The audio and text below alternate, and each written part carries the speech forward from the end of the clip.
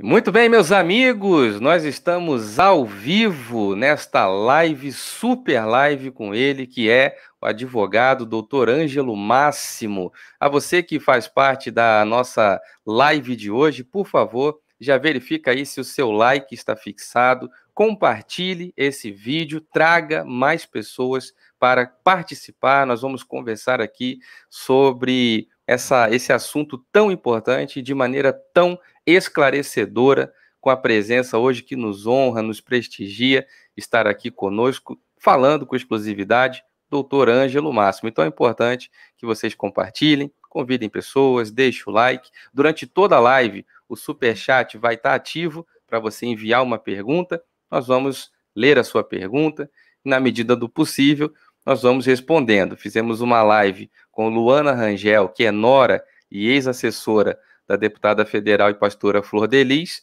Tivemos ali uma média de 6,7, 6,8 mil, quase 7 mil pessoas ao vivo. Não dá para ler a todos, mas vá participando daí que a gente vai participando daqui. Doutor Ângelo Máximo, muito obrigado pela presença. Sou um enorme admirador do direito, admirador do seu trabalho.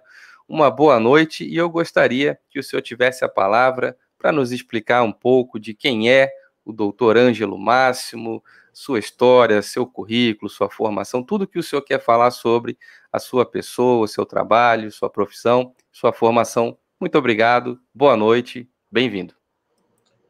Boa noite, Diego. Boa noite a todos. Obrigado pela oportunidade, antes de tudo. Meu nome é Ângelo Máximo, sou advogado criminalista há 15 anos, sou pós-graduado em Direito Penal e Processo Penal. Estou fazendo hoje uma segunda pós-graduação, agora de Direito Criminal e Criminologia, pela Faculdade da PUC do Rio Grande do Sul. Estou também graduando em Letras. Sou aluno de origem humilde, sou aluno do Centro Integrado Escola Pública, CIEP, o famoso Brizolão, Paulo Roberto Macedo do Amaral, aluno de escola pública. Do segundo grau, fui transferido para o Colégio Ministro José de Moura e Silva, que é uma outra escola pública, e concluindo o segundo grau, eu ingressei na Faculdade de Direito, cargo que eu estou exercendo até hoje na minha vida profissional, que é de advogado. Percebo no currículo do senhor que há uma grande dedicação, né, à qualificação, a melhorar sempre e aprender sempre. O senhor demonstra isso tanto na forma como conduz as informações, na maneira como o senhor conduz o seu trabalho, como a gente sabe pelas suas palavras que é uma eterna busca pelo conhecimento. E isso é muito importante. Já agradeço por compartilhar. Eu gostaria de começar, doutor, a princípio, né? Agradecer a presença do senhor, nunca é demais, muito obrigado. Gostaria que o senhor contasse para nós, dentro desse universo de dificuldade, de batalha, buscando pela qualificação, estudou direito, que não é fácil, quem nunca viu o quão é pesado, é puxado mesmo a dedicação para se formar em direito. Queria que o senhor explicasse, né, em qual momento que, na sua vida profissional, o senhor passou a fazer parte da história da deputada federal Flor de Lis e o finado Anderson do Carmo. Como se deu a entrada do doutor Ângelo Máximo nessa história toda? Bom, eu estava no dia 23 de junho do ano passado, 2019, eu estava em Saquarema, no campeonato de surf, lá na cidade. E meu telefone tocou,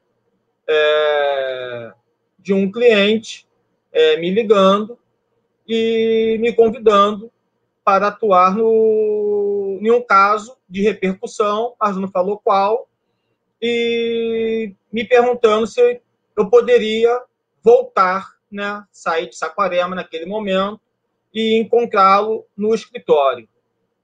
Aí eu falei informei ele que era um pouco imprevisto, porque o meu prédio não funciona dia de domingo, 23 de junho foi um domingo, e então marquei uma reunião com ele no escritório na segunda-feira.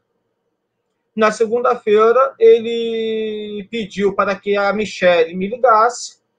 A Michele me ligou, marcou comigo no meu escritório, aonde ela compareceu com o esposo e me narrou todo esse procedimental do que aconteceu com o irmão dela. E me perguntou se eu poderia ajudá-la. Ela informou que não tinha condições financeiras. O amigo que me ligou já tinha me passado esse ponto. E eu, independente de qualquer valor, eu aceitei a ajudá-la e buscar por justiça, conforme estou fazendo até hoje. Que maravilha a forma, essa informação ela já estava circulando de alguma forma, que era o fato das condições financeiras da Michele, que o senhor se reporta, é a Michele do Carmo, né? A Michelle Irmã do pastor irmã do Anderson. pastor Anderson do Carmo. Entendi. Nós temos um superchat aqui, só para a gente atualizar. Pelinha Lima, super querida, pergunta aqui, ó. Boa noite, doutor Ângelo. Queremos saber se a justiça dos homens será feita, pois a justiça divina é implacável e obrigada. Bom, eu espero que a justiça seja feita, né? Seja para absolvê-la, no caso a Flor de Lis, seja para condená-la. O que importa é a justiça ser feita. A justiça, ela não é feita para condenar e não é feita para absolver. A justiça, ela é feita para dirimir um conflito entre duas partes e chancelar a verdade. Isso que eu Muito, espero que seja feito.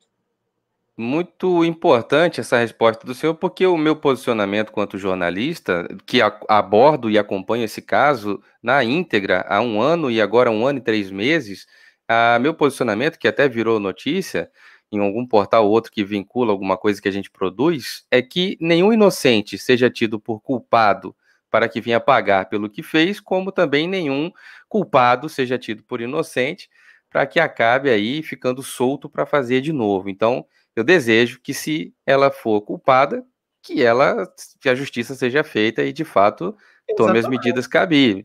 Se ela for inocente, que a justiça traga para nós os fatos.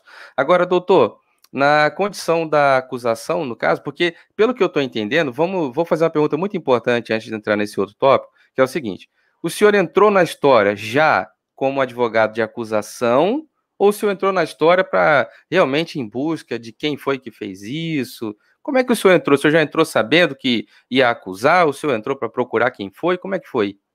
Eu já entrei na condição de assistente de acusação. Eu já entrei como Ah, advogado da família do Anderson do Carmo. dia 23 foi isso? Dia 24 de junho. No dia 23 foi quando eu recebi o telefonema. Então, no dia 24, né? O acontecido foi dia 16 de junho. No dia Isso. 24, em pouquíssimos dias depois, o senhor já entrou Eu já entrei como. no caso. Que foi, E como. inclusive, quando ela prestou o segundo depoimento em delegacia. Então, logo de começo, a situação já estava desenhada. A pergunta que eu ia fazer ao senhor é o seguinte: na condição de acusação, o que exatamente o trabalho do senhor, toda a sua investigação e todo o seu trabalho, o que esse trabalho descobriu, investigou e apresentou de informações para compor o inquérito da Polícia Civil? O senhor conseguiu descobrir algo que foi fundamental, que foi passado para a civil? O que o senhor acompanhou no começo que foi, assim, de extrema importância para esse caso? Bom, Diego, no início das investigações, não me foi facultado a vista dos autos do inquérito, na época presidido pela doutora Bárbara Lomba.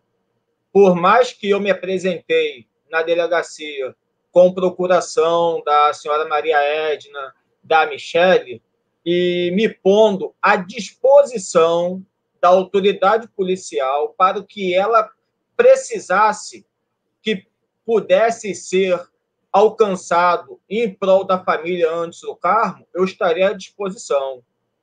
Só que Então, esse ponto eu não fui bem recepcionado pela autoridade policial, que nem vista dos autos me deu. O que eu pude ajudar nas investigações foi de levar a Michele e a senhora Maria Edna para depor. Nesse momento, foi o que eu pude ajudar.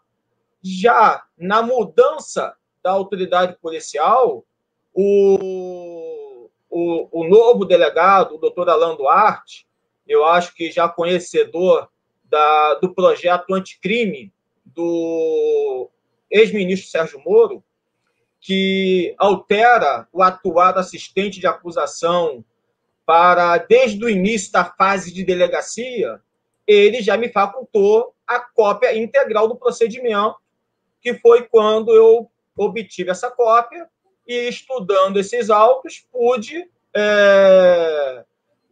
vamos dizer, tomar conhecimento de tudo que havia na segunda fase. Da primeira fase, no caso do inquérito 526, que foi o processo do Flávio e do Lucas, eu só tomei conhecimento quando ele ganhou a distribuição, que aí eu imprimi o processo. então, o que o senhor está dizendo é que na primeira fase, portanto, uma das mais importantes, porque é logo recente, quando tudo aconteceu, o senhor teve dificuldade de ter acesso aos autos na gestão da delegada Bárbara Lomba. Isso. Aí, sem contar que, inclusive, na reprodução simulada do dia 21 de outubro, eu, apesar de eu ter comparecido ao local para participar, advogado, assistente do Ministério Público, devidamente habilitado nos autos, eu fui impedido por ela e pela equipe dela de participar da reprodução simulada, de acompanhar, né? Vamos dizer assim. Meu Deus, mas a delegada impediu que o senhor tivesse acesso, depois impediu que participasse? Que eu acompanhasse a reprodução simulada. Então, eu tive essas dificuldades no início. Eu tive essas dificuldades. E sem contar que eu ainda fui para a reprodução simulada, munido de uma informação que me passaram via telefone, que o Lucas não iria participar da reprodução simulada, quando o Lucas já tinha dito que iria participar, inclusive estava acompanhado de um outro advogado, bem como eu já sabia da carta que iria ao ar no Fantástico no dia seguinte. Qual é do meu pensamento? De pedir à delegada para fazer uma cariação entre o Lucas e a deputada no momento de reprodução simulada e dar a ela essa notícia que me foi passada. Mas eu não pude, infelizmente, participar dessa reprodução simulada. Mas fiquei lá até 5 da manhã, debaixo de chuva, que foi o horário que acabou a reprodução simulada. É um relato que a gente recebe até assim, sem entender, porque o senhor, como um advogado criminal, é comum um advogado não ter acesso aos autos e não poder participar de reproduções? Não é comum. Se eu te disser que é comum, não é comum. O que acontece é o seguinte: eu até entendo também o lado da doutora Bárbara, porque o assistente de acusação ele começa a atuar no feito após o recebimento da denúncia. Ele começa a atuar no feito. Mas, vendo pelo meu lado que eu estou ali para contribuir com as investigações, que eu estou ali para somar com o trabalho da autoridade policial, eu acho que não existe impedimento nenhum dela me conceder vista dos autos, até porque eu estava munido de procuração.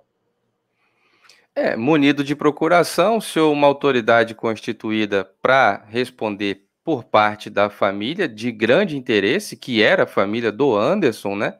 Então é uma coisa bem estranha. Mas eu estou impressionado quando o senhor diz que quando houve a troca para o então, agora, delegado Alan Duarte, as coisas tomaram uma outra medida, um pouco mais Rumo, com receptiva. certeza. É perceptível isso, né? E nós achávamos que as coisas estavam realmente demorando. Eu, de fora, quero até, não faz parte da pauta, mas quero fazer uma pergunta minha para o senhor. Quero agradecer aqui a nossa querida cantora Érica Greenwald, que mandou um super sticker. Muito obrigado, querida. Deus abençoe. Eu queria fazer uma pergunta para o senhor, que é o seguinte: nós tivemos ali algumas evidências de que o processo não estava com a eficiência necessária. Por exemplo, a questão da perícia no automóvel. Para nós chega a informação que na gestão da delegada Bárbara Lomba, foram até a residência querer fazer perícia no automóvel sem um mandato, né? A pessoa não tinha um mandado para fazer a perícia. E aí a mesma coisa aconteceu quando foram para buscar aparelhos de celular. Ah, tem mandado? Não, se não tem mandado, não vai levar. E a equipe teve que ir embora sem levar. Isso não é comum. E um detalhe que eu vou te dizer, a meu ver, tá? A meu ver, tinham 2 policiais nesse momento, que ligaram para o telefone tocou dentro da casa, mas eles não tinham mandado. Pelo pouco tempo que eu tenho de advocacia criminal, que são 15 anos, qual seria o dever, né, a ser feito, com todo respeito aos policiais? Um acautelava o local, não deixava ninguém sair, e o outro iria comunicar à autoridade policial para providenciar o mandado de busca e apreensão. Quem saísse seria revistado. Até eu que sou leigo no direito, entendi que era de extrema importância periciar o local, periciar o tomado. A cena foi desfeita, mas isso aí vai ser uma outra parte de uma outra pergunta. Então, quer dizer, no primeiro momento, o senhor colaborou de uma maneira que foi muito importante, levando Dona Maria Edna Virgínio do Carmo, que é a mãe do pastor Anderson, e a Michele do Carmo, que era irmã, para que pudessem depor, e elas com certeza contaram tudo que sabiam de errado ali, que acabou indo parar nos autos, não é isso? Exatamente. Um grande depoimento esclarecedor e avassalador foi o depoimento da senhora Maria Edna. Ela falou coisa ali. Quando eu comecei nesses autos, o que acontece? Conforme eu te falei, eu não tinha conhecimento do que tinha dentro dele. Conforme eu sempre falei, Diego, com a imprensa, eu tenho conhecimento do que é passado pela imprensa. Porque as notícias vazavam para a imprensa, mas o advogado não tinha acesso. Vai entender isso. Vazava pela imprensa, mas o advogado não tinha acesso.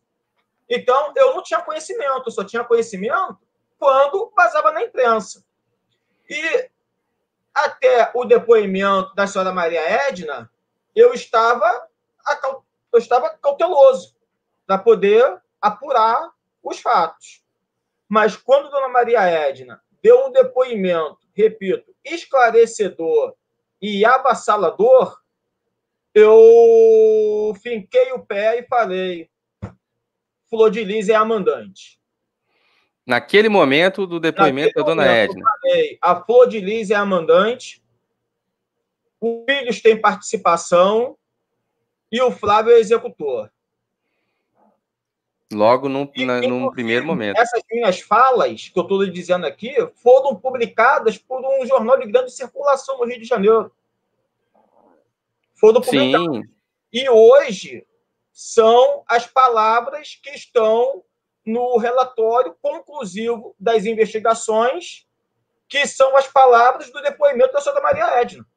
Dona Maria Edna falou em depoimento que ela era mandante, que o Flávio era executor e que a Simone era a pessoa que botava o veneno na comida do pastor. Meu Deus do céu. Isso. Daí que eu firmei o pé e abracei a causa no sentido de buscar pela justiça. Doutor, temos uma pergunta aqui da Vera Lúcia, que manda para nós um superchat. Muito obrigado, querida. Doutor Ângelo, por que o senhor acha que não lhe permitiram participar da reconstituição? A justificativa para eu não participar da reconstituição foi que a reprodução simulada, reconstituição, técnica reprodução simulada, foi ocorrida nos autos da segunda fase das investigações, do inquérito 077. Só que a reprodução simulada, ela não pegava apenas o segundo inquérito, ela pegava também o primeiro inquérito, de tanto que o Lucas e o Flávio foram requisitados para participar. A primeira fase investigava preliminarmente ali a casa toda, né? A segunda... Não, o primeiro era em desfavor do Flávio e do Lucas, e o segundo a casa toda. Eu estava no primeiro, habilitado. E por mais que eu não tivesse, como eu não estava habilitado no da segunda fase, mas já era de conhecimento de todos que eu sou o assistente de acusação, que eu era o assistente de acusação do caso. Qual o motivo impeditivo de eu participar da reprodução simulada? Eu não vejo. Até porque, Diogo, foi tudo aberto. Portão aberto e televisões filmando tudo. Qual o motivo que o advogado não podia participar? Segredo de justiça? Cadê o segredo? Se a imprensa estava toda filmando lá. É praticamente público, né? Público. Até porque a parte aconteceu na rua. Parte da reprodução. Aconteceu na rua. E o que aconteceu no quintal da casa foi portões abertos. Meu Deus. Que coisa mais sem explicação, né? Sem Alguma nexo. explicação tem. É uma coisa sem nexo e sem... Eu considero, Diego, com todo respeito até o que você falou, sem explicação, sem justificativa. Sem explicação e sem justificativa. Se é público, porque o advogado não podia participar, né? Exatamente. Não, e pior que não é nem público, realmente é segredo. Segredo de justiça. Mas se está acontecendo na rua e o que acontece no interior da casa está aberto para todas as redes de televisões filmarem, qual o impeditivo do advogado participar? O advogado da família, assistente do Ministério Público. E muitas vezes acaba sabendo das coisas pela imprensa, e isso aqui é uma coisa estarrecedora. Mas foi o que eu sempre falei para todos da imprensa. Eu tenho conhecimento do que vocês divulgam. O que tem nos autos eu não sei. Agora, estamos chegando a quase 2.000 amigos aqui assistindo ao vivo. Deixa o seu like aí, compartilhe, convide mais pessoas para vir participar aqui com a gente. A próxima questão aqui, doutor, é o seguinte. Foi no princípio, quando tudo aconteceu, algo que de uma estranheza muito grande, uma fogueira nos fundos da casa que queimaram ali diversas coisas. Na opinião do senhor ali, junto da família, que estava acompanhando pelo lado de dentro, quais provas supostamente Flor de Lis pode ter com a sua família queimado lá no quintal? O que será que eles estavam queimando? Tinha algo ali que o senhor tinha esperança de encontrar que pode ter sido queimado naquela fogueira? Como é que foi esse negócio? Bom, a fogueira atrás da casa. A fogueira atrás da casa foi uma fogueira muito estranha, porque, segundo relatos da própria família, no caso, o Misael, o Luan, que prestaram depoimento em delegacia, aquela fogueira não era apta de acontecer ali. Até porque era um quintal gramado ali e o local, por ser de classe média alta, tem coleta de lixo, né, realizada pela Prefeitura de Niterói. Então, de início, não só eu, como a investigação achou de ter destruição de provas por conta dessa fogueira inesperada atrás de casa. No decorrer das investigações, a perícia constatou que não teve provas ali destruídas. Isso está no relatório conclusivo das investigações. Caramba, sinceramente... Sinceramente, uma queimada num local que não é habitual, onde tem gramado, um serviço de coleta num bairro bacana, né, legal, uma coleta que funciona, não justifica, logo após um evento dessa natureza, uma queimada dentro da casa dessa forma, né? Uma coisa muito De forma estranha. alguma.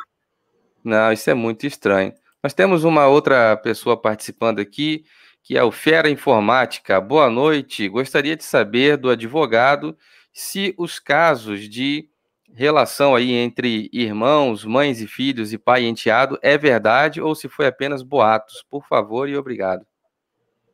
Bom, Diego, isso foi um fato que foi demonstrado nos autos, em diversos depoimentos, inclusive da Carla Evelyn, do, salvo engano, do Alexandre, mas como isso não faz parte das investigações, né, é um assunto que compete à autoridade policial a investigar esse ponto, eu prefiro pedir desculpas ao autor da pergunta, mas não responder sobre isso. Sim, não é o Está nos objeto. autos, isso está. Está nos autos. Está nos Está autos, nos algumas autos. testemunhas relataram que tinham pessoas que se relacionavam Eu, entre si na família, pessoas da eu, família que se relacionavam com membros da igreja, pessoas da igreja que eram casados, tinham caso com gente da casa. Tudo isso foi parar nos tudo autos, isso está nos tivemos autos. acesso. Está nos autos, Foi tivemos explicado pela acesso. imprensa. Agora, Flor de Lis, nos primeiros dias, construiu uma narrativa de latrocínio, né? O senhor, como advogado criminal, como é que, assim, parece até, desculpa, assim, porque eu sei que o assunto é sério, mas parece até engraçado. Ela construiu uma narrativa de latrocínio, mas como que o senhor recebe a notícia de latrocínio cuja vítima é alvejada 30 vezes? Como é que o senhor recebeu essa primeira informação no primeiro momento, assim? O senhor é advogado criminal. Bom, eu estava em casa no dia 16 de junho, quando recebi essa notícia, né? E tomando café com a minha família, quando esse assunto foi noticiado, eu informei para minha família. Pode até ser uma tentativa de assalto, mas 90%, em 90% eu acredito que não, tendo em vista o noticiado pela imprensa de 30 tiros. Quem vai saber melhor é quem estiver dentro dos autos. E o que aconteceu comigo uma semana após. Uma semana depois, né? Uma semana depois. Agora, um latrocínio, para quem está acompanhando aqui a audiência, uma das características do nosso trabalho é traduzir em palavras fáceis, né, esses assuntos difíceis. O latrocínio é quando alguém tenta roubar um objeto, uma pessoa, e em função ou decorrência desse roubo, acaba tirando a vida da pessoa que estava sendo roubada. Então, é um roubo seguido de morte.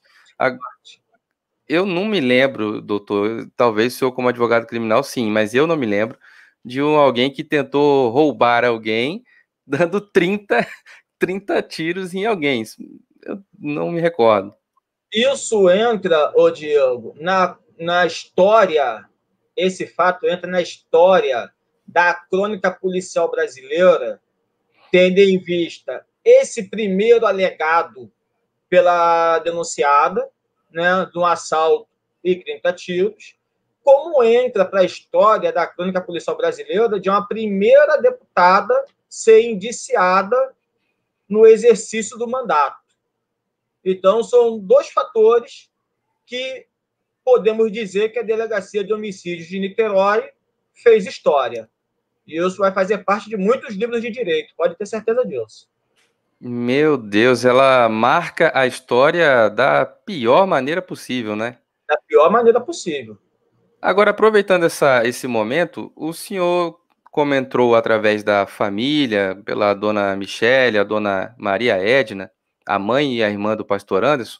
Naquele momento, enquanto ainda acho que o clima estava um pouco acalorado, mas ainda supostamente não tinha rompido de vez, que era bem no comecinho. Flor de Lis, né, uma das queixas que a família do pastor Anderson fez foi que ela não procurou, não deu suporte, não ajudou, ficou distante. Nesse começo, ela contribuiu para o seu trabalho ou ela dificultou o seu trabalho, a própria Flor de Lis? Ela não contribuiu para o meu trabalho e nem dificultou o meu trabalho, tá? Deixa eu te explicar o ponto do fato Flor de Lis, família Anderson do Carmo, no caso se tratando da Michelle. O fato se deu em 16 de junho. No mesmo dia, Michelle foi lá na casa, quando ela tomou conhecimento, e foi quando ela também deu um depoimento importante, que ela presenciou a namorada do Daniel entregar o celular do Anderson do Carmo nas mãos dela. E dali o celular desapareceu. Do dia 16 de junho até o dia que a Michelle prestou depoimento na delegacia, não tinha sido feito contato nenhum por parte da Flor de Lis com a Michelle. No dia que eu levei a Michelle para depor, eu acho que já tinha quase que um mês após o fato, eu parei, Michelle prestou depoimento, eu parei num posto de gasolina para abastecer e o celular da Michelle tocou. Aí a Michelle falou para mim, doutor, é a Flor de Lis. O que eu faço? Aí eu falei com a Michelle, que Deus o tenha em bom lugar. Atenda e veja o que ela vai lhe dizer. Aí Michelle atendeu o telefone e ela fez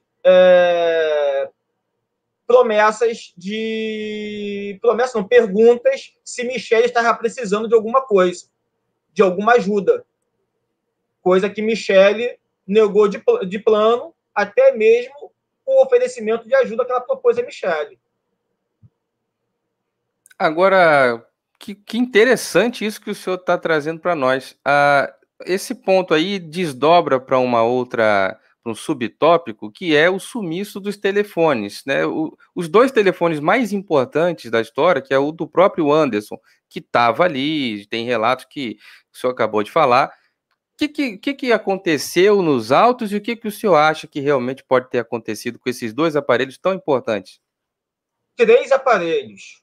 O primeiro dela, o do Flávio e o do Anderson. 3 aparelhos importantíssimos para a investigação, em que desapareceram no toque de mágica. O que foi feito com os aparelhos, eu não sei lhe dizer. Eu sei que foi dado um sumiço nos aparelhos. Ou seja, que tinha algo comprometedor nos aparelhos, não se tem dúvida. Eu fiz uma entrevista semelhante a essa que nós fazemos agora com a nora e ex-assessora da deputada Flor de Lis, que é a Luana Rangel, esposa do Wagner Andrade Pimenta, o Misael da Flor de Lis. E ela contou para nós aqui que foi um momento muito impactante, e essa informação provavelmente o senhor já tem, que foi o momento das 3 horas da madrugada do dia 16 de junho, fatídico, né, para o pastor Anderson do Carmo, que a Flor de Lis enviou uma mensagem para Marzi, sua filha, dizendo: me acorde às 8. Né? Só que Marzi não estava em casa, e segundo a Luana Rangel, Marzi estava com a Luana Rangel e Misael na residência deles em São Gonçalo, né? Um município distante até. Então, imediatamente após esse código das 3 horas da manhã, me acorde às 8, a Luana disse que ela respondeu dizendo: Flavinho, pode descer porque eles estão chegando. E aí foi a hora em que supostamente Flávio desceu, Flávio, o primeiro filho biológico da Flor de Lis, desceu e efetuou o disparo. Isso tudo pode ser considerado como um plano, eles atrapalharam as investigações. Como é que o senhor vê esse ponto aí ela é mandante por isso? Isso configura, não configura? Configura. A Flor de Lis, ela é a mandante do homicídio, segundo as investigações. A autoridade policial é bem incisiva nesse ponto. Um detalhe que eu vou te dar da Flor de Lis não, tipo, da Marzi, é que a perícia no celular dela constatou que às 3 horas da manhã ela estava acordada e andando. Ou seja, ela estava caminhando por dentro da casa do Misael, onde ela estava. O celular dela acusa isso. A perícia do celular acusa isso. E o fato do recado da Flor de Lis dado a Marzi, me acorda às 8, e que Marzi passou ao Flávio, corrobora com o segundo depoimento do Lucas, que disse que quando foi deixar a mochila em casa, o Flávio estava falando no WhatsApp com alguém e que ele não sabe quem. Corrobora ele está falando com a Marzi. Impressionante das investigações, do trabalho do senhor como advogado criminal e da civil, é que as peças vão se encaixando como um grande quebra-cabeça. Com uma coxa de retalhos. Você vai juntando os pedacinhos. Porque, Diego, a gente sabe, né, que não temos a confissão da deputada, não temos a confissão dos demais acusados, a não ser do Flávio, que é confesso, inclusive dando detalhes, posicionamentos de como atirou, como alvejou o pastor antes do cargo, inclusive tomando água de acordo com o paladar dele, que a delegacia ofereceu, se queria uma água gelada, uma água ambiente, ele aceitou água ambiente e contou todo esse detalhe da confissão dele. Ou seja, livre de qualquer ameaça, de qualquer tortura, de qualquer ilegalidade. A confissão, ela é válida, é filmada, gravada e escrita. Então, não pode se dizer que houve coação. Mas nós temos o depoimento do Flávio, o interrogatório, ao qual ele se tornou confesso no dia 17 de junho. Ponto isso. Agora, nós não temos a confissão dos demais acusados, e nem da deputada Flor de Lis. Mas, se tratando de psicologia penal, a psicologia nos ensina que o réu ele é considerado culpado psicologicamente de acordo com que ele assume a sua culpa ou que ele assume que agiu erroneamente. Vamos fechar aspas aqui. Não temos a confissão dela expressa, mas comportamental, nós temos a confissão dela que é longa, diante de todos os mandos e desmandos por ela praticados. Se você me perguntar pela psicologia, eu digo para você, ela é confessa. De acordo com as ações. De acordo com as ações que ela praticou, de acordo com que ela se comportou diante das investigações. Agora, eu estava saindo de um compromisso para vir para este nosso de agora, quando o senhor fez contato comigo e me passou a informação, e eu já compartilhei, compactei em forma de matéria e já liberei para todas essas pessoas que estão nos acompanhando agora. Nós estamos indo para 4.000 pessoas, mais ou menos, ao vivo agora, nos assistindo simultaneamente. Um grande abraço a todos que nos acompanham. Deixa o like aí, verifica, compartilha, convide mais pessoas para fazer parte aqui. O senhor me trouxe a informação diretamente a mim, eu soube pelo senhor, que a Justiça determinou na data de hoje, né, 18/9, a sexta-feira, o uso da tornozeleira eletrônica e uma reclusão domiciliar das 23 até as 6 da manhã. Eu vou entrar nesse tópico. O senhor acompanhou de dentro a causa. Era notório que ela estava mesmo tentando manipular testemunhas, visitar quem não pode, falar, tentar mudar a versão. Ela fez essa manipulação toda mesmo ou é exagero da imprensa? O que acontece, Diogo? A imprensa não fala mentira, a imprensa fala a verdade, tá? Quando toca nesse assunto. O que acontece? Nós tivemos 2 audiências referentes ao primeiro processo, o 25.13979. dia 31 de outubro, e o dia 1º de novembro. Na audiência do dia 1º de novembro, em continuação à audiência do dia 31, a doutora meritíssima juíza que preside o caso determinou a transferência do Lucas, que estava no Bangu 1, para o presídio ao qual ele hoje se encontra, o Thiago Teles, e determinou as pessoas que poderiam visitá-lo, tipo a Regiane, o Márcio, que é esposo da Regiane, o Daniel e o douto defensor público.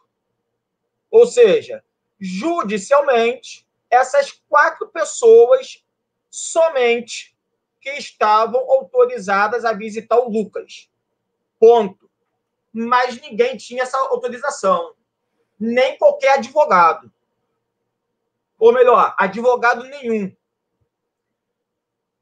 E, para minha surpresa, a Flor de Lis fez a carteirinha de visitante do Lucas. Em um bom dia, eu estava no local aqui de São Gonçalo, estava até com a minha filha, quando parou um carro, um Honda City, se eu não me engano, escuro, tudo isso filmado do meu lado. Eu, como advogado criminalista, fiquei meio que assustado, botei minha filha no chão e fiquei olhando para o carro. Foi quando o Luan baixou o vidro do carro e me disse o seguinte: doutor Ângelo, sou eu, Luan. Aí eu me aproximei do carro, ele, doutor, eu estava agora em tal lugar, que me esqueci agora, aqui de São Gonçalo, e me disseram que o senhor estava aqui nessa esquina com a blusa do Flamengo e a bermuda jeans. Eu tenho uma informação para dar para o senhor. Aí eu perguntei qual informação. Aí o Luan me disse, doutor, a imprensa me disse que Flor de Lis foi vista tentando visitar o Lucas. Eu já tinha sido comunicado naquele dia pela imprensa. Só que até então, como a imprensa não me deu elementos para que eu pudesse, vamos dizer assim, me manifestar, né? A imprensa queria que eu desse uma entrevista, só que eu não posso dar entrevista porque eu não tenho conhecimento do fato, né? Como não dei. Aí o Luan me contou isso.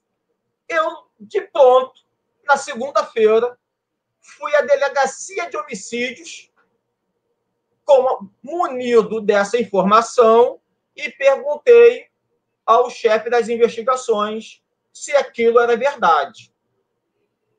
Do que me foi confirmado ser verdadeira a tentativa dela de visitar o Lucas, que não foi a primeira vez que me foi passado pela autoridade policial, e sim pela segunda vez, eu imediatamente me manifestei nos autos do processo, o 2513979, e pedi que a magistrada tomasse as medidas enérgicas e necessárias no sentido de fazer a Flor de Lis apresentar em cartório a cautelar a carteira de visitante dela, que oficiasse o Detran e a SEAC cancelando a carteira, porque ela não pode visitar o Lucas por determinação judicial, coisa que ela tem pleno conhecimento, porque os advogados dela saíram intimados dessa medida e estava descumprindo a ordem judicial, coisa que a magistrada de plano deferiu os pedidos do assistente do assistente da acusação, que teve o seu pedido corroborado com manifestação favorável do Ministério Público, e determinou a ela o acautelamento da carteirinha de visitante do Lucas no cartório da Terceira Vara Criminal, e intimando ela e intimando os advogados de igual sentido. da mesma decisão. E é importante o senhor tocar nesse ponto, justamente porque aqui, por este canal, né, nesse nosso canal aqui, fizemos uma repercussão de que ela estava tentando visitar o Lucas sem ter autorização, sabendo que o senhor acabou de explanar com muita clareza, mas uma outra informação junto da visita, que a visita já é ilegal, já não é algo que eu vejo como algo moral. Se ela não pode, não pode. A lei determina com exclusividade quem pode, ela estava forçando a barra. Já não é moral, até porque, além de deputada federal, ela é pastora. Mas, além disso, ela estaria tentando levar comida para o Lucas. E saiu um depoimento que eu acho que foi da Regiane, que é a patroa, que era patroa do Lucas. Ela é testemunha. Patroa e mãe do Lucas. Hoje, eu tenho a Regiane como patroa, não como patroa do Lucas. Eu tenho a Regiane por tudo que ela faz pelo Lucas, como mãe do Lucas. Mas olha, então a dedicação de realmente afetiva ali, ela considera, Afetiva, tem carinho. não tenha dúvida. Não tenha dúvida. Não tenha E dúvida. no depoimento dela, ela diz que isso foi uma trama para que envolvesse o Lucas e esperaram que o menino fizesse 18 anos para que ele assumisse um BO sozinho, né? Isso foi o que ela. O que foi corroborado com a carta. Sim, que apareceu tudo nesse momento, uma carta para que ele viesse a assumir essa responsabilidade. O senhor soube sobre, no início de tudo, sobre os envenenamentos, consta nos autos. O senhor soube da tentativa dela entrar com comida para levar para o Lucas comer? Tem chance dessa comida? A polícia prendeu a comida, não deixou ele comer. Tem chance disso estar envenenado? Ela seria capaz? Eu vou te falar uma coisa, Diego. Esse processo novo, eu ainda não imprimi ele, porque ele tem 8.000 páginas. Mas eu estou esperando todas as defesas apresentarem a resposta à acusação para eu poder imprimir de uma vez só. É uma curiosidade que eu tenho de saber do resultado dessa perícia. Eu tenho Foi para curiosidade de perícia, né? saber dessa comida. O que eu disse lá atrás a respeito dessa possibilidade. Se tiver, a mim não causa estranheza. Não me assusta, tendo em vista de tudo que já foi feito. Essa não foi a primeira e nem foi a única possibilidade que ela tentou de calar o Lucas. Teve a véspera da reprodução simulada, que aconteceu no dia 21 de setembro do ano passado, vai fazer um ano agora, os advogados dela, os advogados do Flávio, vamos dizer assim, foram à unidade prisional no dia 17 e dia 18, visitar o Lucas.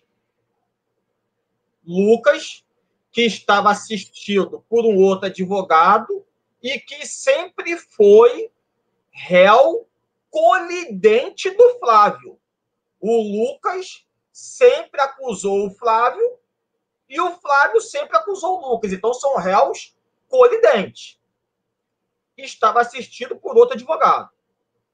E o Lucas, jurando a sua inocência, como ele jura até hoje, disse de participar da reprodução simulada. Foi noticiado em toda a imprensa, inclusive na fala do antigo advogado, a quem eu saúdo aqui, que acredito que esteja assistindo a gente.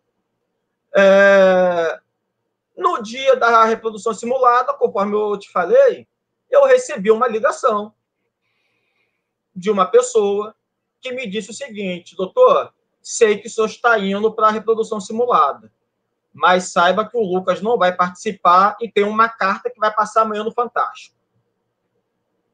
Meu Deus. Então, eu não tinha do que suspeitar e nem tinha álibi para falar de ninguém que seja. Não estou fazendo aqui acusação injusta sobre ninguém. O que eu vou te falar aqui está documentado nos autos.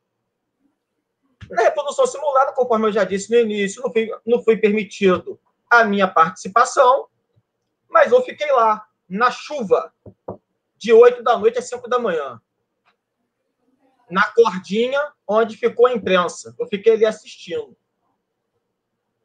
Aí foi quando a delegada chamou o Lucas para participar, o Lucas disse que não ia participar, aí a delegada chamou o advogado, e o advogado ficou surpreso do Lucas não participar da reprodução simulada quando ele disse a todo momento que iria participar. Nesse momento, me chamou a atenção do Lucas pedir para conversar com dois advogados do Flávio, na presença do advogado dele, que ali estava presente. Eu estava próximo da delegada e falei e dali eu falei, doutora, isso não pode acontecer. Aí a doutora não deixou participar, não deixou eles conversarem. Prontamente, na segunda-feira, eu peticionei junto à SEAP, pedindo a separação do Lucas e do Flávio. O subsecretário de gestão operacional me atendeu prontamente, me deu uma explicação de que ele não poderia atender aquele meu pedido, porque ele não teria uma outra unidade prisional para colocar um dos dois, tendo em vista que eram presos conhecidos e de repercussão social, e que era para eu, então, buscar uma ordem judicial. E assim eu fiz. Eu busquei a ordem judicial no sentido de afastar os presos, porque é inaceitável um processo de repercussão desse, dois réus colidentes e a pasta da SEAP colocar os dois na mesma cela, bem como eu quis saber quem eram ou quem foram os advogados que visitaram o Lucas no período anterior à produção simulada e que fosse oficiado à unidade prisional para que fosse fornecido cópias de livro de entrada e saída do advogado, do cadastro. Quando a SEAP forneceu cópias e a informação de que os advogados do Flávio, nos dias 17 e 18 de setembro, visitaram o Lucas naquela unidade prisional.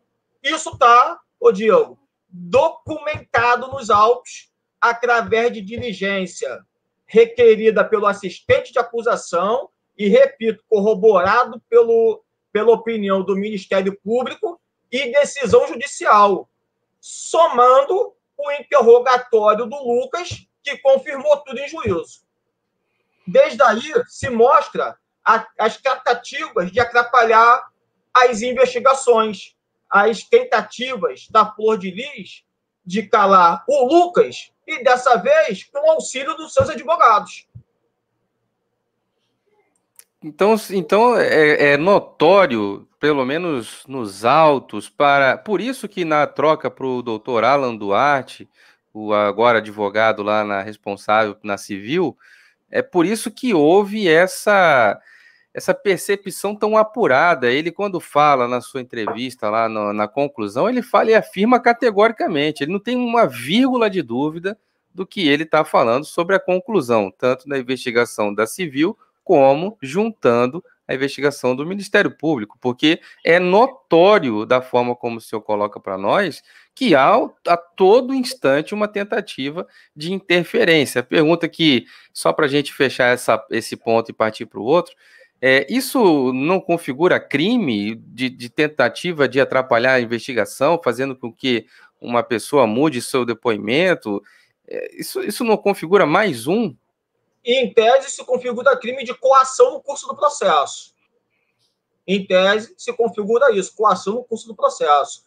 No dia 1º de novembro, você veja que até a mãe dela, a Flor de Lis tentou usar para calar o Lucas. 1º de novembro, audiência às 13 horas, no plenário do Tribunal do Júri, os advogados pediram à magistrada autorização para a avó do Lucas, a mãe da Flodilis, falar com o Lucas, porque ela tem uma idade avançada, de 80 e poucos anos, e etc., não tem comunidade prisional. E estavam ali presentes a magistrada, que autorizou, a douta promotora, doutora Fernanda, eu e os advogados.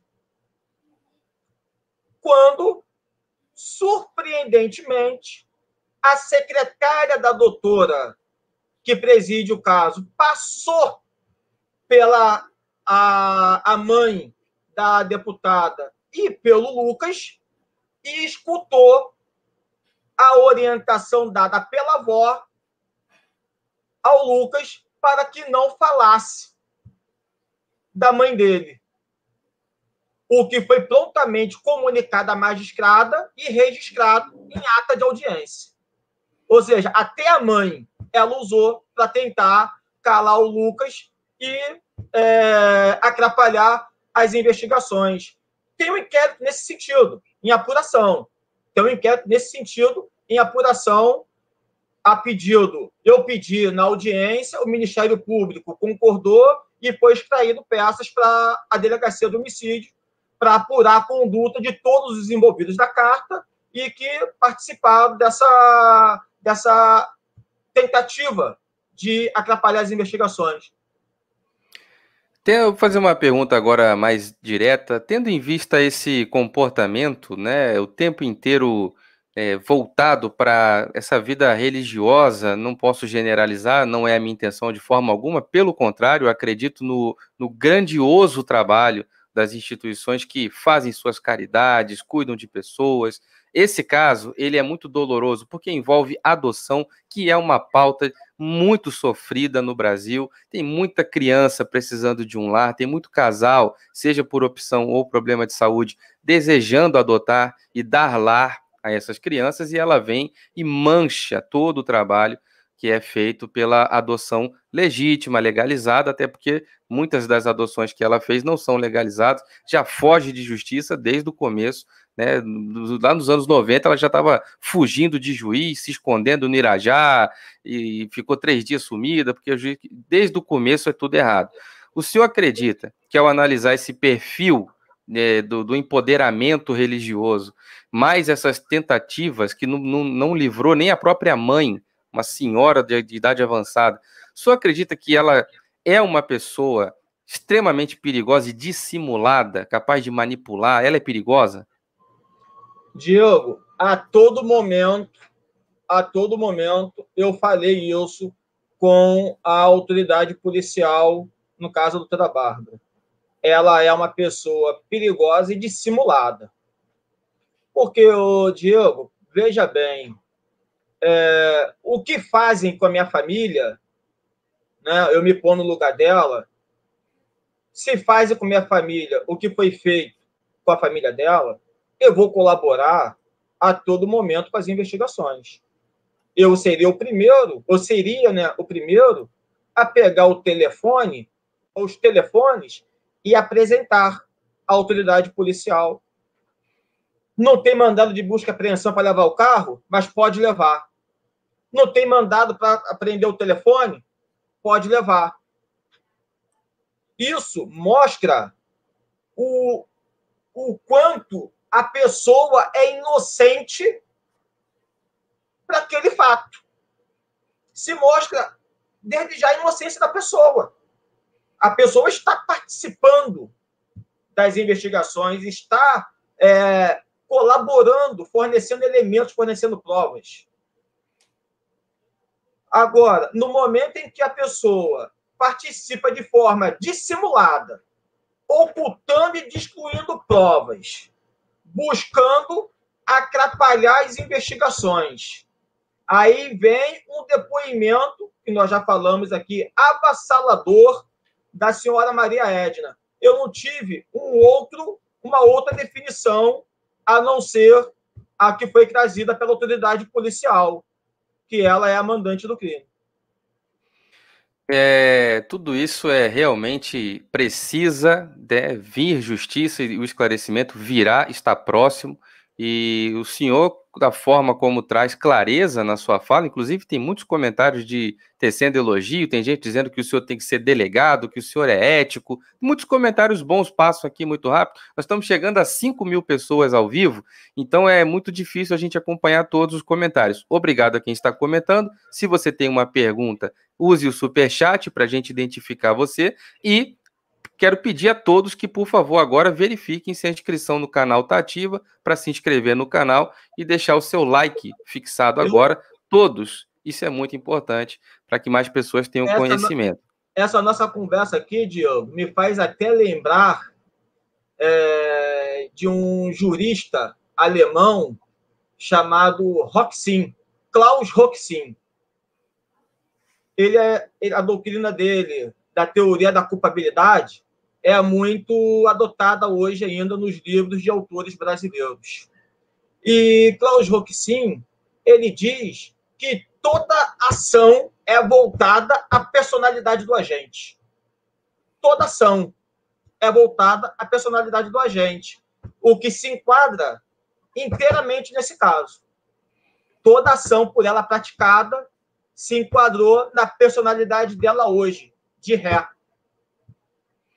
Impressionante, né? Eu ia fazer uma pergunta aqui que é o seguinte: o senhor já deixou a gente entender isso mais ou menos no começo, mas como o senhor entrou bem no começo de tudo, poucos dias depois, né, final de semana, no próprio dia 24, que era uma segunda, o senhor já estava fazendo parte, como a parte da acusação, como advogado pela família do pastor Anderson.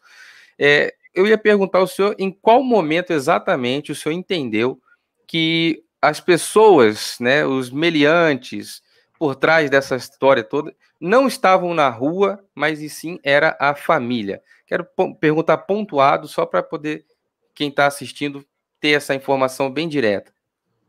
Vamos lá. Como a gente sabe, no início foi dito que foi um assalto, que houve uma perseguição de moto, pessoas encapuzadas e etc.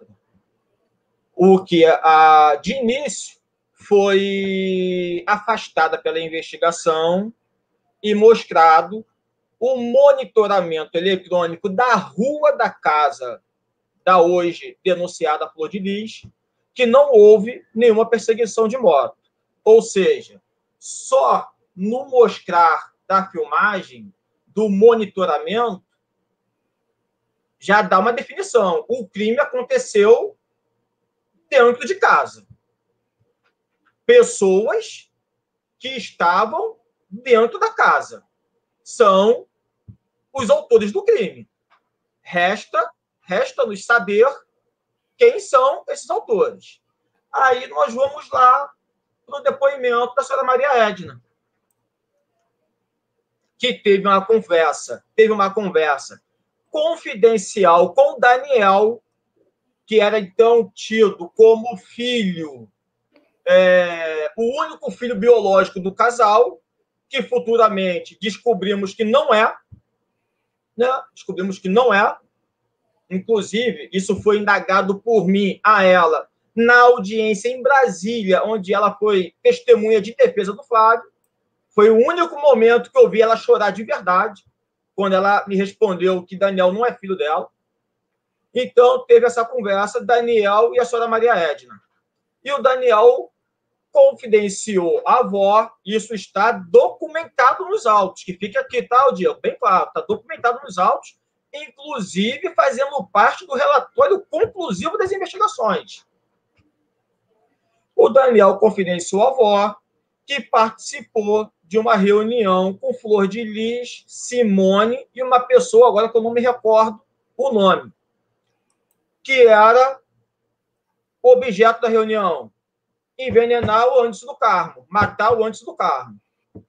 O Daniel participou dessa reunião com um único intento: avisar o pai, comunicar ao pai e comunicar a todos que eram, né, do lado contrário da mãe. como assim ele fez, e avisou o pai. Ele comunicou ao pai. Só que o pai não acreditou nele. O pai não acreditou. O triste de tudo é isso. O pai não acreditou.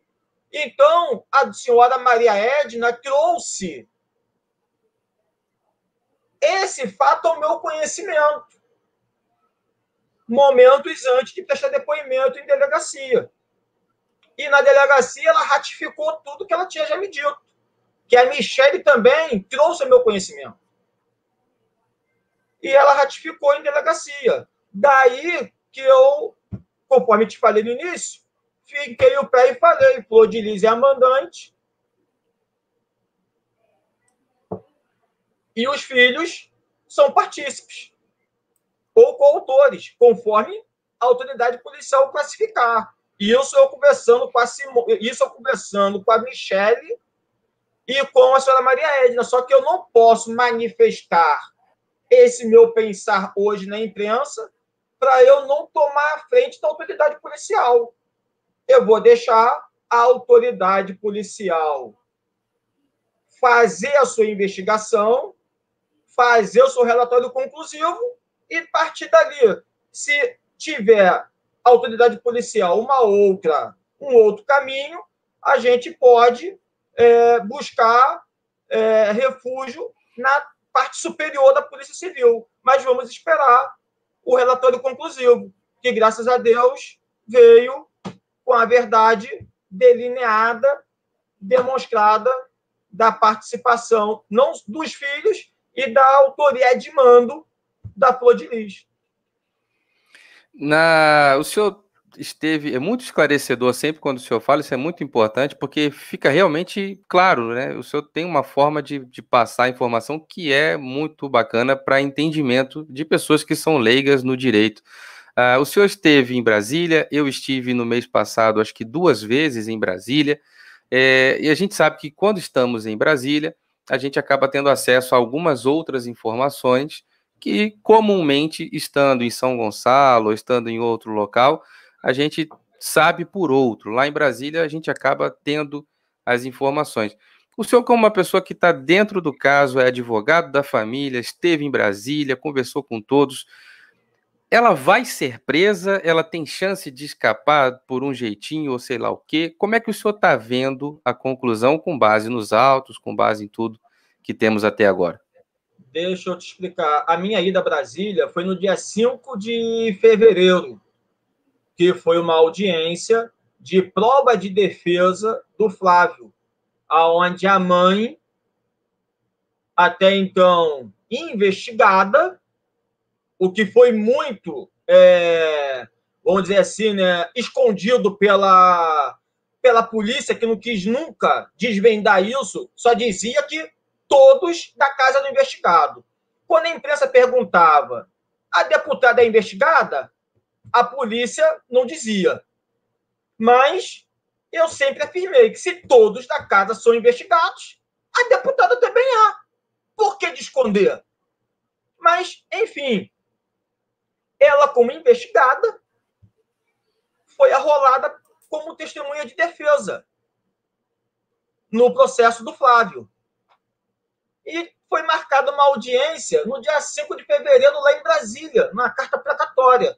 E eu fui lá acompanhar essa precatória. Eu me lembro que foi uma surpresa para ela ao me ver. E foi nessa audiência que eu perguntei a respeito do Daniel e fiz outras perguntas esclarecedoras no curso da ação penal e da investigação. Quanto ao afastamento dela, eu ia a Brasília, sim, tá? Na semana seguinte que foi concluídas as investigações, eu encaminhei uma petição ao presidente da Câmara dos Deputados, o Rodrigo Maia, e encaminhei também na mesa do presidente da Câmara, ou seja, eu mandei no e-mail do deputado e no e-mail da presidência da Câmara todo o processo integral, delineado, principais peças destacadas no sentido de contribuir com o afastamento dela do cargo. Desculpa, doutor, em qual data foi isso? Isso foi no dia 30 de agosto. 30 de agosto desse ano. Desse ano, né? A investigação, Então, a investigação se findou no dia 24, eu peticionei no dia 30. Inclusive, o corregedor até fala a respeito dessa minha petição numa entrevista que ele dá. Porque eu isso. lá, porque não está tendo atendimento ao público. Eu fiz contato antes para poder saber se estava tendo atendimento ao público. A mesa diretora me disse que não, a comissão de ética também me disse que não. Então, eu pedi um outro caminho a seguir. Aí me foi passado o e-mail do presidente da Câmara e o e-mail da presidência da Câmara. Então, de certa forma, o deputado Paulo Bentson, que é o corregedor, já está muito bem. Por isso da celeridade, talvez, por isso Por isso, devido a... segundo a entrevista dele, 16 dias após a CNN, ele informa que o documento recebido foi do auxiliar de acusação. No caso, foi minha petição. Parabéns ao senhor pelo seu trabalho publicamente, porque devido à competência, né, e à prontidão do seu trabalho, a Câmara dos Deputados, na pessoa do presidente, Rodrigo Maia, está ciente e bem informado, como também o Congresso Nacional todo deve estar por dentro e ciente. Então, por isso, devido à competência do trabalho do senhor, a corregedoria está com tanta celeridade, que tem um prazo de 45 dias, vai resolver em 2 semanas praticamente. Então, é muito importante. E não é só isso também, Diego. O que acontece? Nós vivemos num mundo, no Brasil, desacreditado. Não se acredita na política, não se acredita mais na saúde, na educação, muito menos na justiça. Aonde nós temos hoje, na Casa de Representantes do Povo, uma pessoa acusada de um duplo homicídio, um tentado e um consumado. O consumado triplamente qualificado e o tentado duplamente qualificado. Qual a credibilidade do país que, digo, já é visto como desacreditado, que nem na política se acredita mais também, vai se ver o Brasil com uma pessoa desse naipe, integrante da Casa do Povo. É surreal, é inacreditável. Por isso... Inaceitável. É inaceitável. Por isso, há necessidade do corregedor, conforme ele disse, que ele tem um prazo de 45 dias, mas que vai fazer antes, porque é necessário demonstrar o respeito e a credibilidade daquela casa que já é vista de forma desacreditada, que ali existe lei, que ali existe ordem de fazer cumprir a Constituição e afastá-la do cargo. E entregá-la à sorte da Justiça do Rio de Janeiro, em especial da Terceira Vara Criminal, de decretar ou não a prisão preventiva dela. É isso que se espera. Queria fazer uma pergunta para o senhor.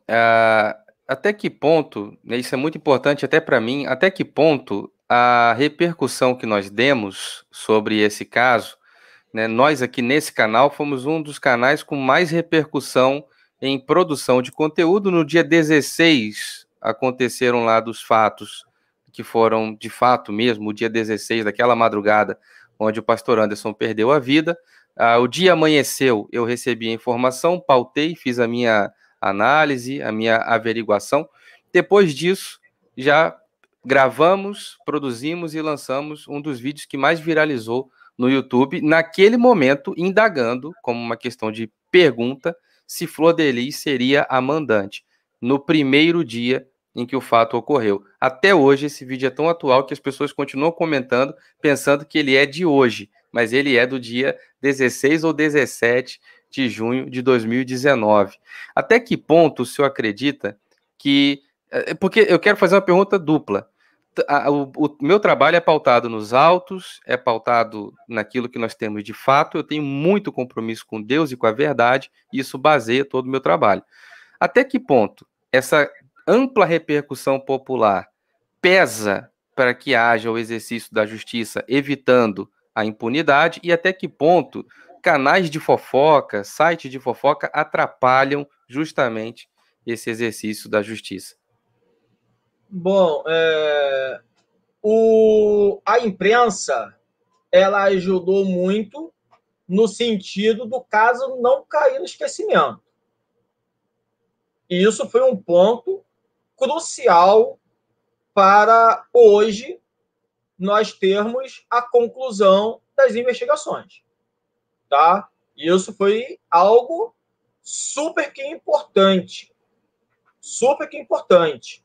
Poderia ter caído no esquecimento, então. Poderia ter caído no esquecimento, até porque foi uma entrevista coletiva que eu dei na sede da DH no dia 11 de fevereiro deste ano, que eu informei o demorar dessas investigações é por conta de um dos alvos ser uma deputada federal. Eu falei isso no dia 11 de fevereiro, na sede da DH. Deu até problema. Mas era o que eu estava já esperando desde ali, desse assunto cair no esquecimento.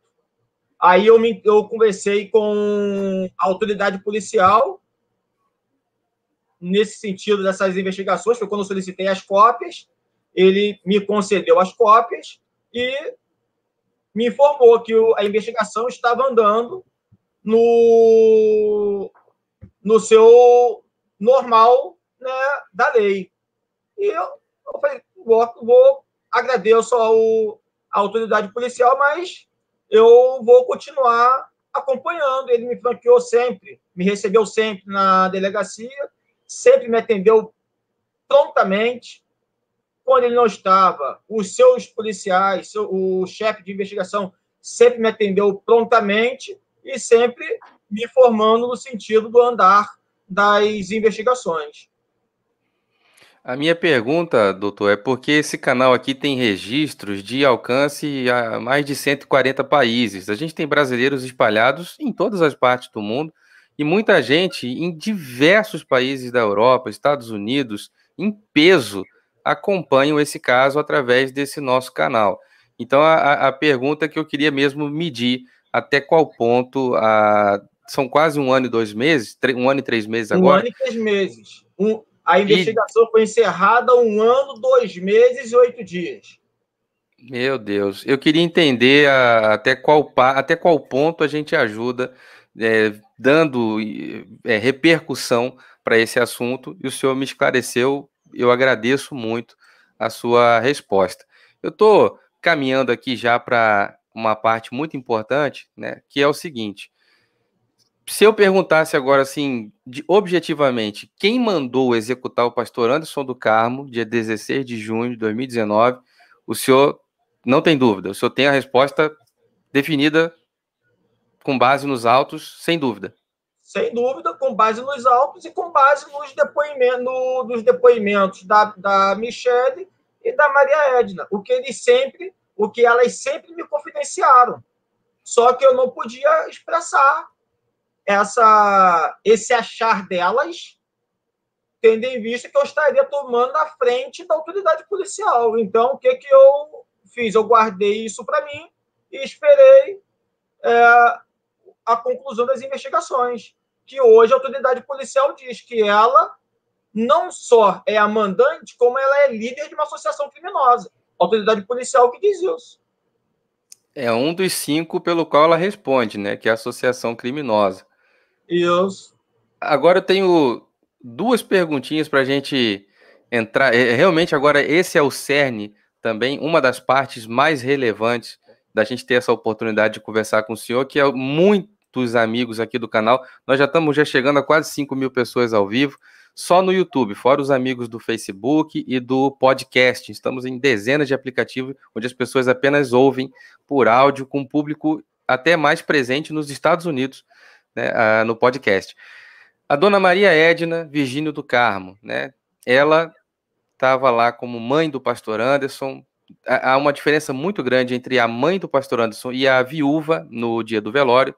Uma completamente abalada, que era a mãe do pastor Anderson, visivelmente abalada, e a Flor de Lis, por outro lado, com vários convidados políticos e pastores, né, fez ali uma espécie de comício, né? Desculpa a minha forma cética de falar, mas eu tive a impressão, tenho direito à opinião ainda pela Constituição, eu tive a impressão de que aquilo era como o Lula fazia, né? O Lula falece um neto, falece um irmão, o Lula faz um comício, né? Eu tive a impressão que ela se valeu um pouco daquele momento de mídia, porque toda a imprensa estava voltada para aquilo, para poder fazer ali praticamente um comício. A dona Maria Edna do Carmo, a dona Maria Edna Virgínia. Vou fazer essa pergunta, mas ela é a mesma para a Michelle, eu posso até condensar, mas gostaria que o senhor falasse de forma separada. A Michelle do Carmo, que é irmã do Anderson, que teve uma anemia, foi para o hospital e faleceu, uma coisa que eu não entendi até hoje. E a dona Maria Edna também, que subitamente faleceu. Na sua opinião, como uma opinião pautada por investigação, pela lei e tudo, tem relação com a Flor de Lis? Tem possibilidade disso ter conexão? Foi uma fatalidade? Meio estranho, fatalidade, né? A família toda foi embora de uma vez. Como é que o senhor viu essa história toda? Bom, pela senhora Maria Edna, eu não acredito na conexão, porque foi um infarto. A senhora Maria Edna padeceu de um infarto. Infarto? Foi um infarto. Dia 8 de abril, simplesmente, ela infartou. Ela já estava já com problemas, né? Causado pela demora nas investigações, que fique isso bem aqui consignado, causado pela demora nas investigações. Ela tinha me ligado na sexta-feira, já tinha me dito que estava passando mal, e eu, salvo engano, eu dei uma entrevista nesse dia, não me lembro para quem, que avisei, abre aspas, Dona Maria Edna não vai aguentar até o final dessas investigações. Infelizmente, ela não vai estar entre nós. Então, o senhor acredita, e é possível mesmo, que ela tenha falecido em função dessa carga emocional Causada proporcionada pela perda dos filhos, do Anderson, do Carmo e da Michelle. Então, E somado ao fato da demora da entrega nas investigações. Tanto que é verdade que ela hoje não está aqui para presenciar o andar da instituição criminal.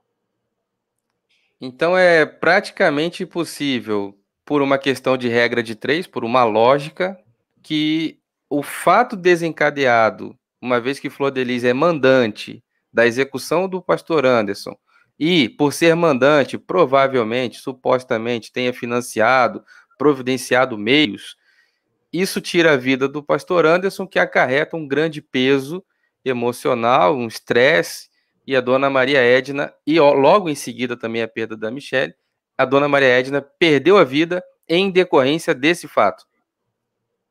Exatamente, mas foi isso que aconteceu. E não Indiretamente.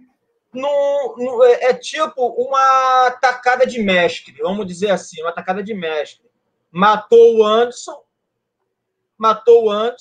e de tabela, pela demora das investigações, pela a comoção que levou ao emocional, não só da Michelle, como da senhora Maria Edna, os levaram à morte também, bem como, o Diego, levou à morte a fé, levou à morte a fé de diversas pessoas que ela acompanhavam nas missas nas igrejas, a qual a missa era presidida por ela, pela Flor de Lis. É errado, doutor? Ela matou o Anderson, ela matou a Michelle, matou a Maria Edna e matou a fé de muitas dessas pessoas. Meu Deus. Não tenha dúvida disso. Eu ia perguntar, e o senhor já respondeu, se seria um equívoco eu entender que ela é culpada pelo falecimento da dona Edna. Culpada criminalmente, ela não é.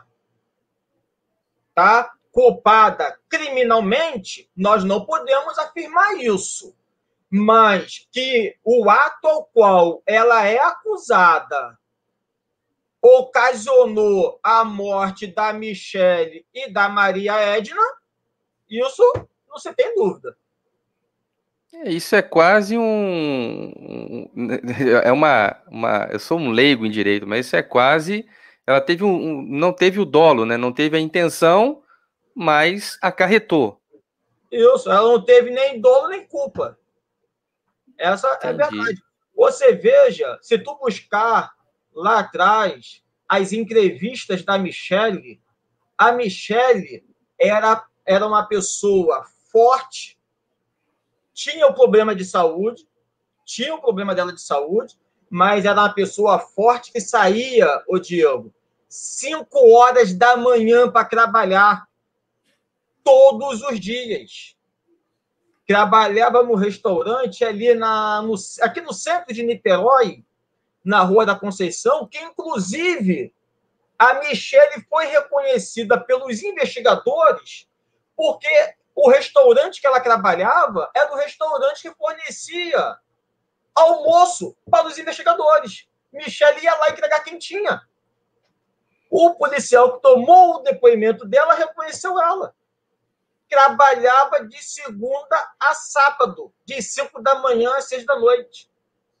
Forte, com saúde. Tu vê nas entrevistas dela no meu escritório. Você vê isso nitidamente. E de um tempo para cá, tipo, quando a investigação parou à espera da decisão de autorização de investigação ou não da deputada, autorização do Supremo, que na época o Supremo estava de recesso, dali para cá, a Michelle caiu na cama, Diego, que não levantou mais. Eu participei disso, eu vivenciei isso. Eu comprei remédio para a Michelle, que nem isso ela tinha condições. Então, a suspeita, a especulação de que Flor de Lis até tem uma amiga nossa, Radassa Santos, por ser Libras, talvez esteja no Reino Unido. Ela pergunta se existe uma relação aí da mãe e a irmã do pastor faleceram tão rápido, se tem alguma possibilidade de terem sido envenenadas. Essa especulação toda, impossível. Impossível. Sem possibilidade. Bacana. O que eu saiba, sem possibilidade. E Juliana também pergunta aqui se o senhor acha que precisa de uma reforma na legislação por essa questão justamente do foro privilegiado e a imunidade parlamentar. A Juliana Mendes é minha sobrinha. Olha! É minha sobrinha. Nós precisamos muito de uma reforma dessa. Precisamos e muito. O Supremo Tribunal Federal, quando ele que acaba com o foro privilegiado, conforme o caso da Flor de Lis, que o crime não é cometido no exercício do cargo nem atividade a ele desempenhada, que joga a bola nos pés do magistrado de primeiro grau, o Supremo Tribunal Federal, eu acredito que, por falta de provocação, não mexeu nesse artigo 53 da Constituição, do qual trata da imunidade parlamentar. A imunidade a qual hoje a Flor de Lis se esconde para não ser preso. Então, falta mexer nesse dispositivo constitucional. Ora, o parlamentar, seja quem for, cometeu o crime, ele tem que ficar à disposição da autoridade judicial processante. Tem que ficar. Ele não pode ficar amparado na imunidade parlamentar. Porque isso, Diego, se chama impunidade. Isso se chama impunidade. Esse fato que aconteceu com a Rejane, a qual o depoimento da Rejane diz que foi que essa bomba jogada na casa dela foi em detrimento do que ela esclarece em relação à Flor de Lis, ela é uma das principais testemunhas dessa investigação, pode ter sido ocasionada pelo fato da imunidade parlamentar. Ninguém pode me prender. Eu posso fazer o que eu quiser. Porque, bem da verdade, isso aconteceu por muitos anos, até vir o Supremo Tribunal Federal e dizer, em 2018, que o parlamentar só vai ter o foro privilegiado em crimes praticados no exercício do cargo ou em atividade desempenhada. Porque até então, Diego, eu tenho um foro privilegiado. Ninguém pode me processar. Antes era assim. Só pode me processar quando eu perder o mandato. E o caso ficava né, suspenso à espera de um dia aquele parlamentar não ser reeleito. Foi o que aconteceu até 2018. Só que agora absurdo. falta cair essa imunidade parlamentar. Porque para acabar, pelo menos nesse caso, com a sensação de impunidade, falta cessar essa imunidade parlamentar. Eu aproveito o canal aqui para pedir ao deputado Pedro, esqueci o nome dele agora. Bengtson. Pedro Bengtson, em nome da sociedade fluminense, em nome do povo fluminense, do estado do Rio de Janeiro, em nome das pessoas que elegeram a parlamentar Flor de Lis ao cargo de deputada federal, sendo ela hoje uma das ocupantes dessa casa, a qual não tem merecimento para continuar, que seja feita justiça, que seja feita, seja concluída esse processo de disciplinar, de cassação do mandato dela. Mostrando que no Brasil, na Casa Legislativa, na Casa do Representante do Povo, tem que estar pessoas compatíveis ao cargo ao qual exerce. Eu conto com a solidariedade do nobre corregedor e de todos os membros daquela casa, pois eles não merecem ter em seu meio uma fruta estragada, que é o caso da Flor de Lis. E aí o senhor se remete ao corregedor, né, Paulo Bengtson.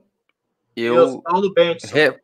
Reforço também o pedido que o corregedor e deputado Paulo Bengtson faça justiça às claras, um homem temente a Deus também, e exatamente, sabendo que aquela casa é casa de justiça, é casa da lei, onde a verdade deve prevalecer, casa do povo. É a casa do povo. O povo não merece ter um representante desse.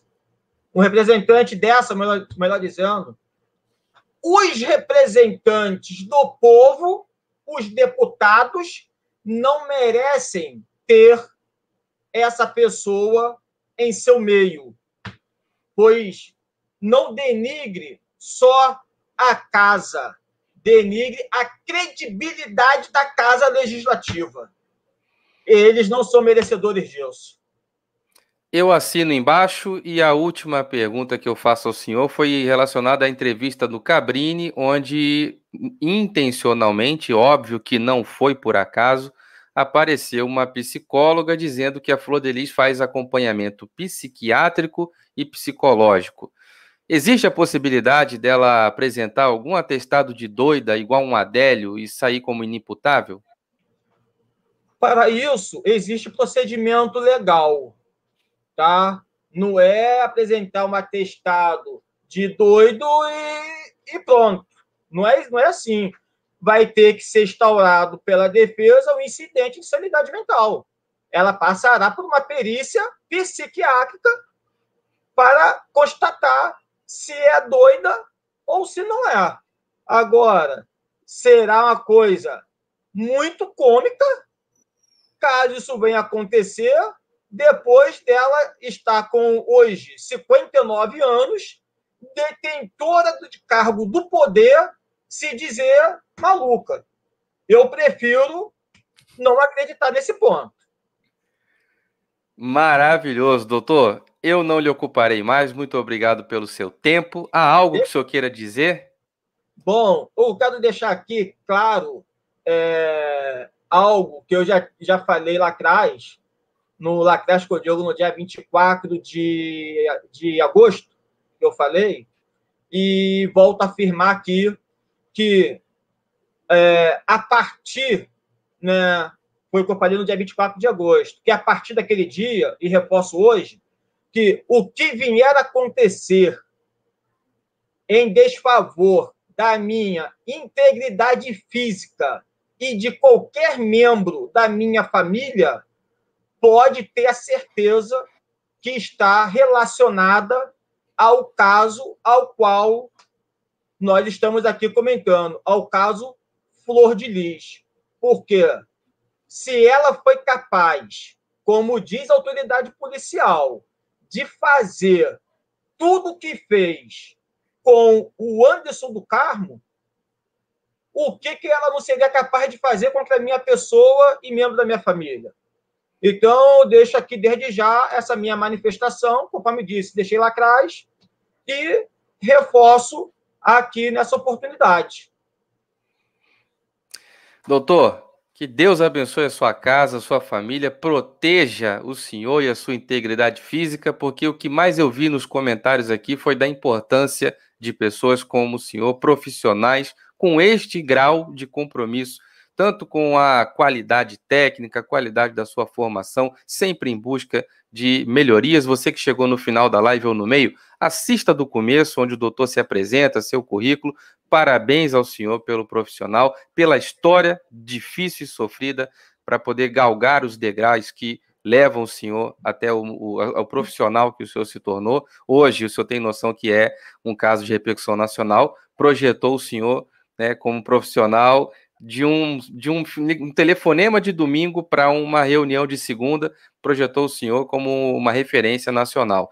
Agradeço ao senhor pelo tempo, pela dedicação, pela prontidão em conversar, em atender. Uma amizade está firmada. Espero que eu tenha a oportunidade de visitar Saquarema, que o senhor esteja presente lá. Linda sua camisa, outro comentário que eu vi passando muito aqui, eu também acho sua camisa muito bonita, meu Obrigado. filho também acha. Grande abraço. Te dar conhecimento aqui de um fato que na minha vida é muito importante, né? Antes, deixa eu fazer uma consignação quanto à advocacia criminal. A advocacia criminal, Diego, ela é vista por muitos como preconceituosa, uma visão preconceituosa da advocacia criminal, porque todo mundo, não todo mundo, né, mas a maioria, não vamos generalizar, a maioria acha que o advogado criminal defende bandido, acha que o advogado criminal está ligado ao fato ao qual o seu assistido praticou. E, na verdade, Diego, isso não corresponde com a verdade. O advogado criminal, ele exerce a advocacia que é uma profissão constitucional. Sem advogado, não há justiça. Artigo 133 da Constituição. Então, em nenhum momento se vê, pelo meu exemplo, que o advogado ele defende o direito. O advogado ele defende a lei, a aplicação da lei. Ele não defende bandido. Ele não defende a prática criminosa, em tese, praticada pelos seus assistidos. Ele defende a aplicação da lei. Ele defende o direito. Se vê hoje aqui que eu estou do lado do Ministério Público, como sempre estive do lado da autoridade policial. Então, a advocacia criminal, ela tem que ser revista nos olhos de quem pensa de forma contrária ao que eu expliquei aqui. E em relação ao Flamengo, o meu trabalho, a minha advocacia, começou com o advogado do Flamengo. Meu pai trabalhava para o doutor Michel Assef, que Deus dê a ele muita saúde, muita paz e tranquilidade. E meu pai me perguntou, meu filho, o advogado do Flamengo está precisando de um office boy. Você quer trabalhar lá? Eu falei, quero, pai. Eu fui para lá, ô Diego, te contando aqui a particularidade minha, eu fui trabalhar, começando com o doutor Hércio Braga, que era o civilista, e eu também fazia o serviço de office boy para o doutor Michel Assef, que é o escritório criminal. E concluí o meu segundo grau e perguntei ao doutor Michel, ao doutor Júlio e ao doutor Monclar, que são os integrantes do escritório, meus ex-patrões, a quem eu agradeço por tudo que eu sou hoje, eu agradeço a eles. Perguntei, os senhores podem me ajudar a fazer uma faculdade? Aí, de pronto, eles perguntaram o que eu precisava. Eu precisava de um aumento de salário.